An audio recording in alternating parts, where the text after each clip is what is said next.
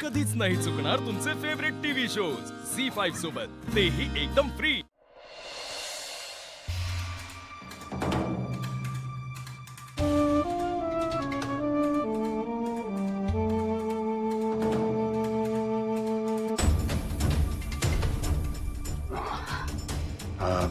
लक्ष्मी, अगं मी आता तुला बोलवणारच होतो। बरं झालं तू आलीस ते।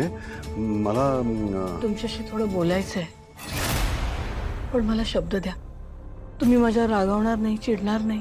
अगं हे सगळं तर मी तुला सांगणार होतो। मला तुझ्याशी सांग। नाही, आधी मला बोलू द्या। नाही ऐक ना जरा, मला बोलू दे ना आधी। मला बोलायचंय का काहीतरी तुझ्याशी? अहो मला पण बोलायचंय। लक्ष्मी अगं मला बोलायचंय, ते खूप महत्वाचं आहे म्हणून। माझं बोलणं हे महत्वाचंच आहे हो। अगं मला असं नका ना करू, मला बोलू द्या। बरं बोल, काय काय काय बोलायचं? एकच मिनिट।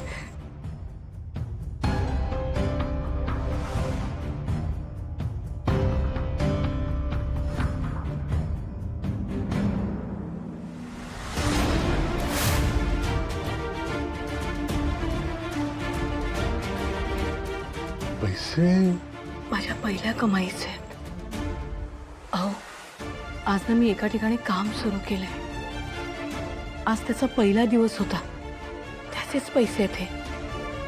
काम? काय काय बोलतेस तू? कसलं काम? मला ना एका खानावळीत काम मिळालंय, पोळ्या लाटण्याचं। आज ना मी 200 पोळ्या लाटल्या बघा। 200 पोळ्याला? अगं तू लक्ष्मी, मला काही कळत नाहीये, का करतेस तू हे काम? काय गरज आहे? का नाही काम करू शकत मी? इतकी वर्ष हे घर तुम्ही एकट्याने सांभाळताय ना। आणि मुख्य काय माहितीये का, दुपारी खूप वेळ असतो माझ्याकडे। काय काही कामच नसतं करायला। मुळात हल्ली काय होतं ना, सगळी कामं वीणाच करते, मला काही करूच देत नाही। मग मी विचार केला की नुसतं घरात बसून काय होतंय ना, मग मी म्हणजे मला काय वाटलं की त्यानिमित्ताने थोडी अंगाची हालचाल होईल, आणि घरात 4 पैसे आले तर काय हरकत आहे, नाही का? काय झालं हो, रागावलात? आवडलं नाही तुम्हाला हे? चिडलात तुम्ही माझ्यावर आता? नाही, अजिबातच नाही लक्ष्मी। काहीतरीच काय बोलतेस तू? रागवेन कशाला? उलट मला तुझ्या धाडसाचं कौतुक वाटतं लक्ष्मी। तुला जे काही बोलायचं असतं ना, जे काही तुझ्या मनात असतं ते तू असं मोकळेपणानं सांगून टाकतेस ग। मला जे काही तुला सांगायचं ते सांगताच येत नाही मला, म्हणजे हिम्मतच होत नाही ग माझी सांगण्याची तुला।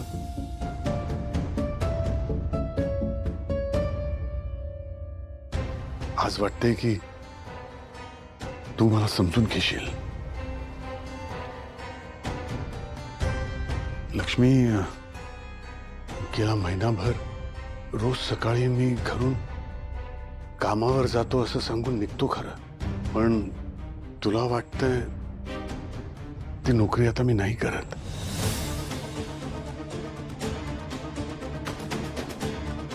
दोन महिन्यांपूर्वी कंपनीने मला कामावरून काढून टाकलं, ती नोकरी गेली माझी। खरंच सांगतो, मला तेव्हाच तुला सगळं सांगायचं होतं ग, पण हा धक्का तुला सहन नाही करता येणार असं वाटल्याने मी तुझ्यापासून ही गोष्ट लपवली।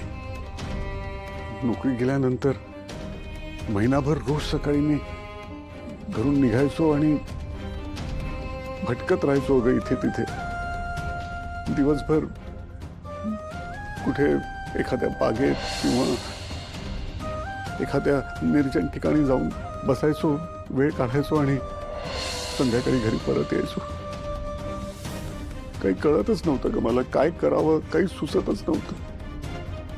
आणि अचानक एक दिवस मला सदा भेटला। रिक्षा चालवून मी माझ्या दोन्ही मुलांची शिक्षण पूर्ण केली, आज दोघंही परदेशात सेटल आहेत। आणि त्यानं मला ही कल्पना सांगितली रिक्षा चालवण्याची।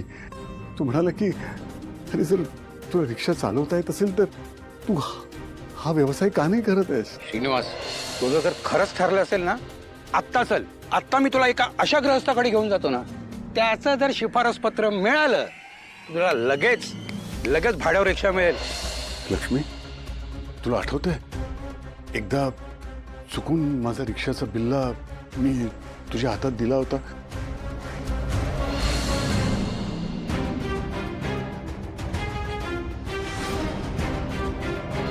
तेव्हा तू मला विचारलंही होतंस आणि मी तुला खोटं सांगितलं की तो बिल्ला सदाचा आहे. मग सदाचा आहे आपला सदा ग. खरं तर माझाच होता तो बिल्ला लक्ष्मी. अगं तेव्हाही मी तुला नाही खरं सांगू शकलो, पण आता या व्यवसायात बऱ्यापैकी रुळलोय मी.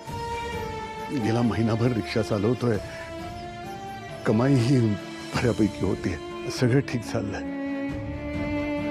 पण सतत तुझी काळजी असते ग मनात. तू म्हणशील की एवढी जर तुझी काळजी वाटते तर मग खोटं का बोललो तुझ्याशी, खरं का नाही सांगून टाकलं? सांगितलं ना तुला. अगं हिम्मतच नाही झाली माझी, आणि तुझ्याशी खोटं बोलतोय, इतके दिवस खोटं बोलतोय ही सल रात्रंदिवस मनाला खात होती. खूप घुसमट व्हायची ग माझी. असं एकटं एकटं वाटायचं आणि खूप अस्वस्थ व्हायचो मी. असं वाटायचं की तुला मिठीत घ्यावं, जवळ घ्यावं, सगळं सांगून टाकावं, मोकळं व्हावं रडून.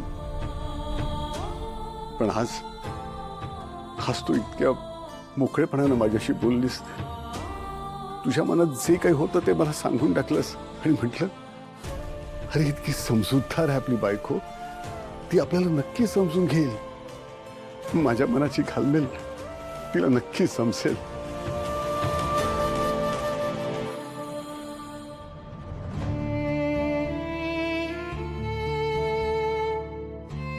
तुम्हाला एक गंमत माहितीये? तुमचं हे सत्य मला आधीच कळलं होतं. काय? पण कसं लक्ष्मी? अहो गेले काही दिवस ना. नमस्कार मॅडम. नमस्कार. वर्कशॉप बंद झालंय का? वर्कशॉप 6लाच बंद झालं ओव्हर टाइम करणारी माणसं आतच आहेत का? आणि कोणी ओव्हर टाइम साठी थांबलं नाही आज. अहो कुठे आहात तुम्ही? मी ना आता निघतोच आहे वर्कशॉप मधनं. काय झालं लक्ष्मी, आज एका गाडीची अर्जंट डिलिव्हरी द्यायची होती.